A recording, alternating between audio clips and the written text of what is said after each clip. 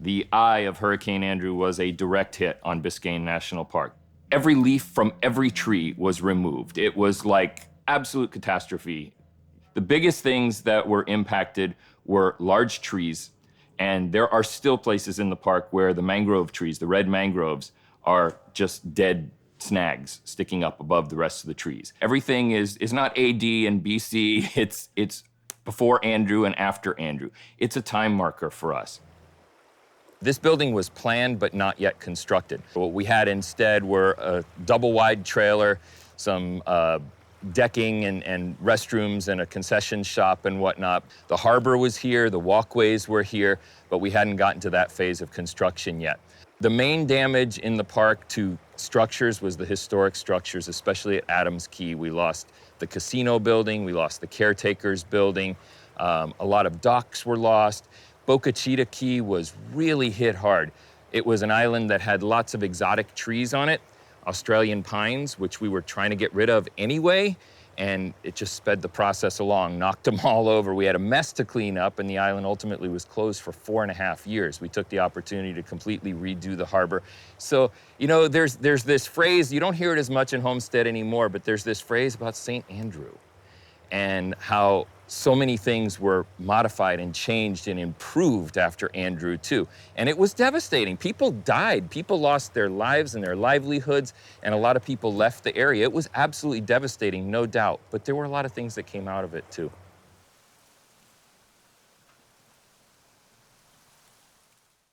We found out that we were all together in the same boat. So when you're in the same boat, it takes a lot of getting around together because you're not going to get out of the boat, not easily. So that was a lot of people helping each other, and actually even going, we even had people going to your house to see if everything was all right. And we had, of course, we lost so many people, meaning your house is gone, so you go, and I'll see you later. And but then the new people that came to help us said, oh, this is a great place. Well, I think we'll just live here. So that was the big exchange of people. We had to move out of our home we were out for like a year until they rebuilt it, which they did. And we had a brand new, beautiful home to come back to. But not a lot of people did, because people that didn't have insurance, they just left and they didn't come back, or they had to rebuild with whatever they had. But we were fortunate to have that and have our home rebuilt. But that took a year. Rebuilding our community, Homestead back, that took a lot longer. It's not the same town it was before Andrew. It's changed, it's grown, which is good, but you know, in a way, I miss the old Homestead. The one before Andrew was there. We were a more tight-knit community. It was smaller, and now it's a little different. Now it's not the same Homestead.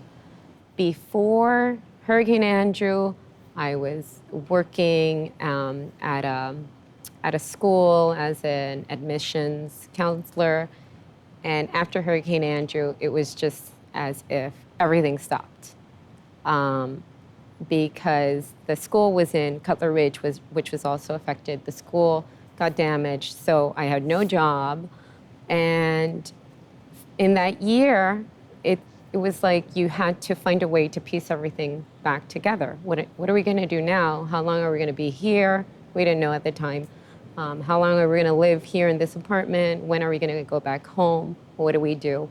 It was like, you know, they take you out of your place and they put you in a foreign place and you have to find your way back home. And that's how I felt at the time. Like, I have to find my way back to where I was before. Because when you go through a natural disaster, you don't think about how much your life is going to be interrupted. And you have to put your thoughts together and you have to move on. That little tiny space, that's where we were. In that little space is the master bedroom closet. The master bedroom closet.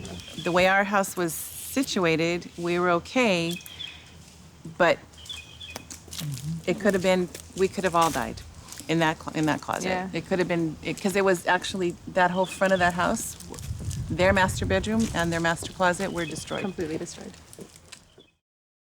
We talked to some of our neighbors in Country Walk and started thinking about, well, why did so many houses just fall down? Why was there so much damage?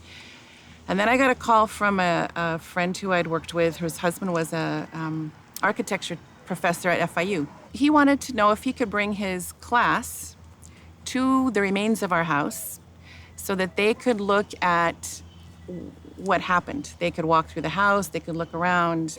So we said, sure. And he came down, he brought his class. The students could see how the houses had been built.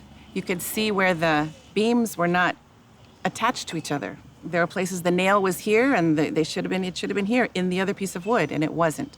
So they saw that kind of work. And there was a class action suit against the builder that we were part of, because it just was not good work. I was happy to be part of that lawsuit, not because of the cash so much, but just bringing to light the importance of having a building code that is followed, that the inspectors actually inspect, and they actually make the builders do what they have to do to have stronger homes. On Lejeune Road, the trees were also totally destroyed. This beautiful canopy that the road has had for many years was more than 50% gone, and I came out here just completely stunned by it. The damage that Andrew wreaked, or that a hurricane could leave behind, I think was a real wake-up call, because we had had, of course, decades of construction, new people moving into the region, any amount of evolutionary growth that you could imagine, which really wasn't focused on hurricane force winds, flooding, all these things had happened. And there were a group of architects who were gathering around us at the university saying, we've got to do something. This is the built environment. This is our area.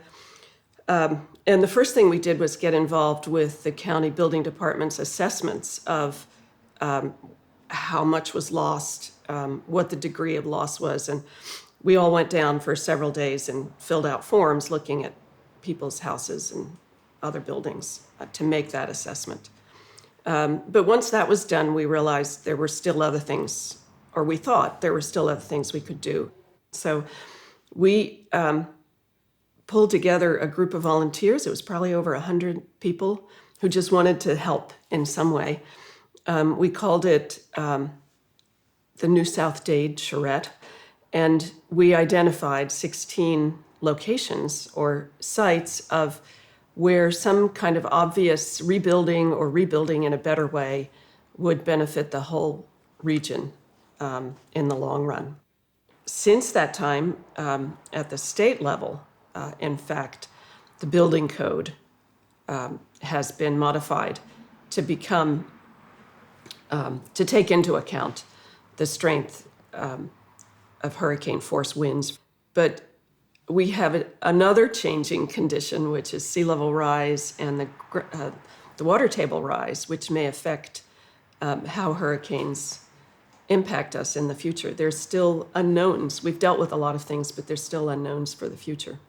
The big legacy of Andrew, at least one of the big legacies, is broadcasting. Now, it would be unheard of for a hurricane to threaten a city and have the media not jump in with both feet. Before that, exactly what the media's role should be was somewhat less clear. Everybody knew you had to cover it, but what did that mean? Another legacy of Hurricane Andrew is the worst does happen. When Katrina was heading toward New Orleans, I had studied the New Orleans levee problem as much as I've studied anything outside of South Florida, and so I knew that there was a threat there. So I wasn't afraid to think that the worst could happen. When you have something that's low odds but high consequences, that's actually a significant risk, and you have to think about it in terms of the risk.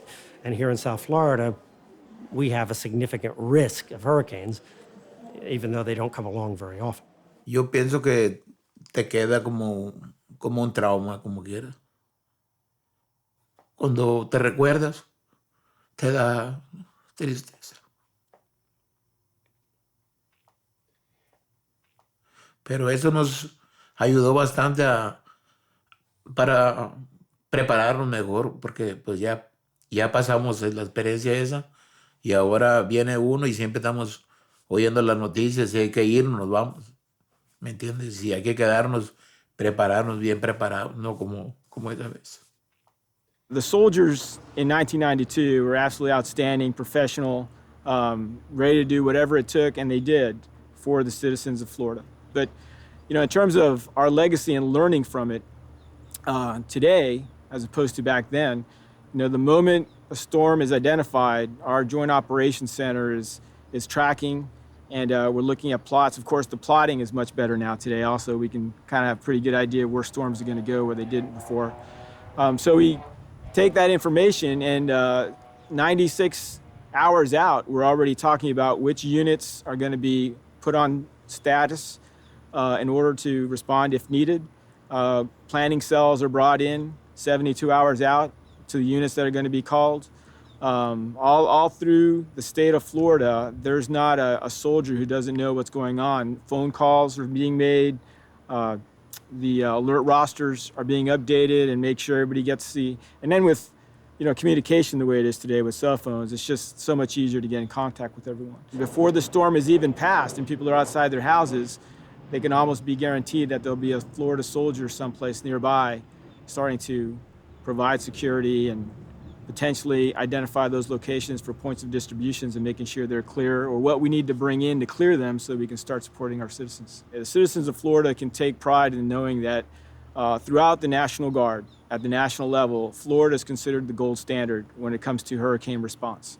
Today, we have emergency management plans that are in place that have to be approved by the county so that you can be eligible for FEMA reimbursements. If you don't have a emergency management plan that's been approved by the county, then when you go to get reimbursed, you can be determined that you're ineligible.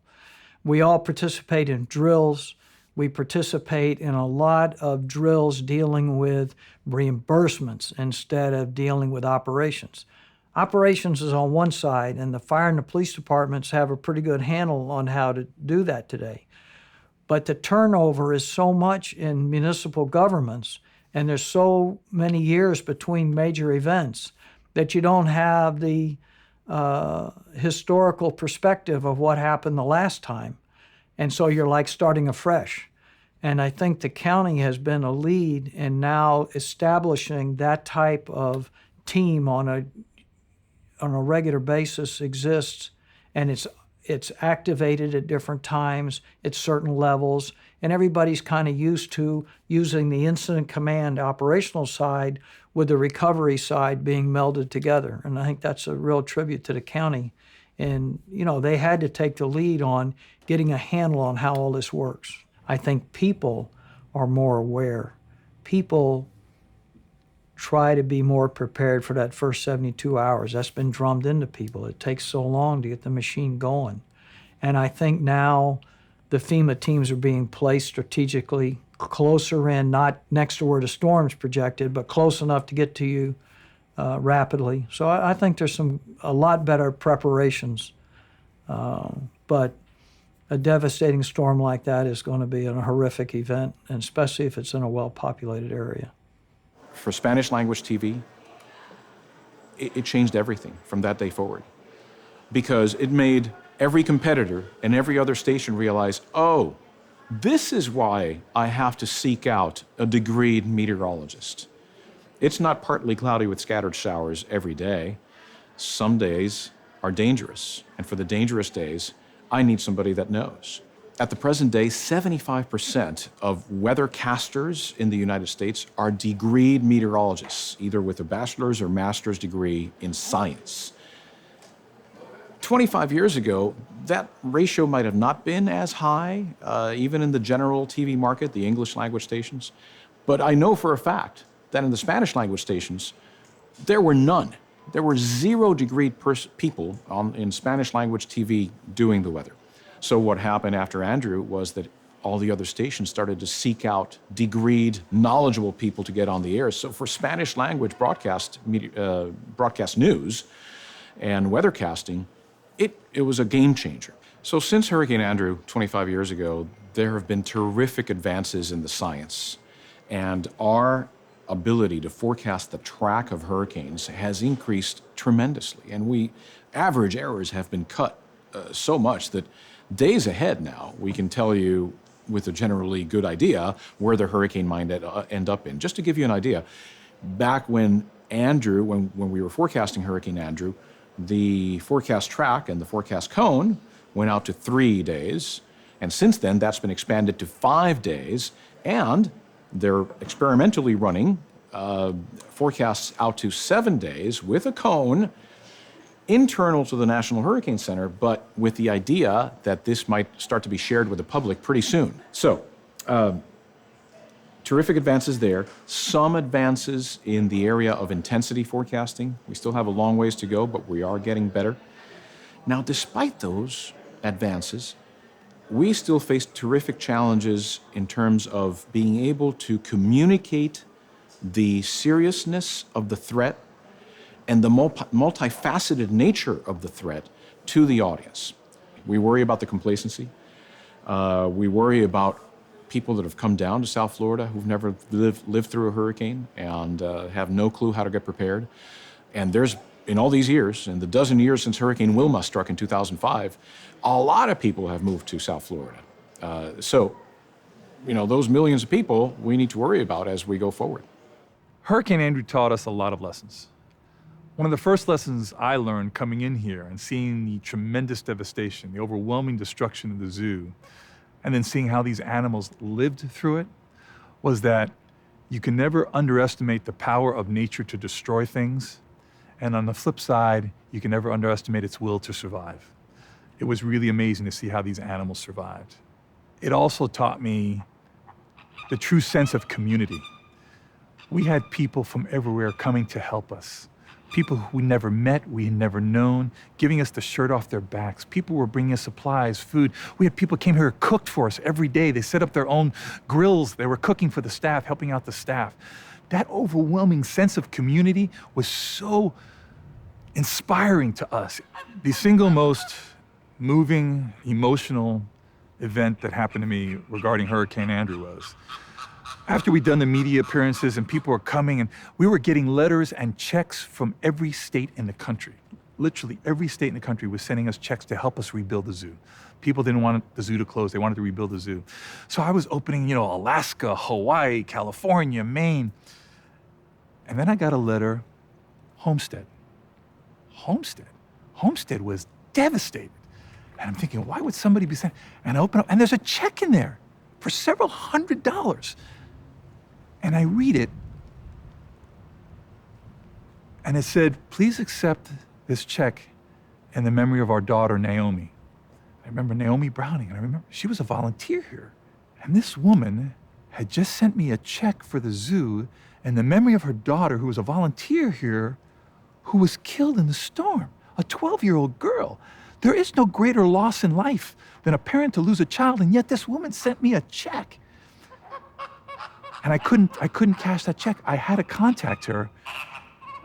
And I remember when I finally made contact with her, I said, Mrs. Browning, forgive me for asking this, but what possessed you to send a check to the zoo? And she recounted to me the story. She was with Naomi in her bed as a storm was just blowing all around. And comforting her daughter, the storm was blowing, her daughter was scared. And she said, Naomi loved the zoo.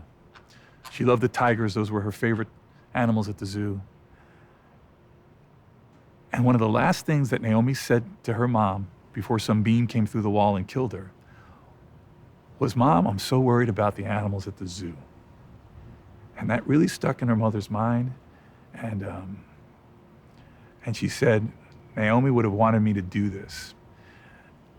And when you talk about personal tragedies and a legacy left by someone, the tiger exhibit here at the zoo is now named the Naomi Browning Tiger Exhibit because That girl represented everything that this zoo is about impassioning kids to care about wildlife, to care about animals. So this is the new rebuilt aviary. Basically sits on the same footprint, but engineering-wise, it's a totally different structure, totally different materials, cost more than 3 times the price of the original aviary because we have now big welded metal poles. The netting is a totally different type of netting that's meant to catch flying objects, be compartmentalized. Basically, the whole aviary is compartmentalized in the sense that portions of it could come down without compromising the rest of the aviary, as opposed to the original aviary, when the first main wooden pole came down, the whole thing came down like a house of cards. So now this is a totally different structure. The engineering and planning that went into it is phenomenal, and it's been very successful. We've been able to reproduce this environment, which is what all zoos try to do. Good zoo exhibits are basically designed to recreate an environment. It's not to exhibit an animal, it's to exhibit an environment, and that's what this does here. Wherever you see blank land right here, there were houses. All of those were houses. 208, our family friends. All this is now turned to bush and weeds instead of the beautiful area we had. We had parties every weekend somewhere, barbecues. These were people from all levels of life. If you look over to the right in the big little section there, that my house was down that road. So I would assume this is it. I'm here at what used to be 218th Avenue, which is now the borderline from the Everglades National Park. After Hurricane Andrew, we got building permits to rebuild everything. My front of my property was on 217 and my back was on 218. And I looked down this road and that's home. It was 1 mile down this road. I could go through the property from front to back. I'm angry in many cases from the government, and you see this sign, taking my property for Save the Everglades, and it never flooded again after they got the property. And that was their excuse. I regret that they let us take our entire insurance money and rebuild our home to something that was beautiful, and I rebuilt it, and they bulldozed it. So there are a lot of things related not just to Andrew, is what came after Andrew. But people need to see, this is Andrew. That's all that ever came back. There's nothing here.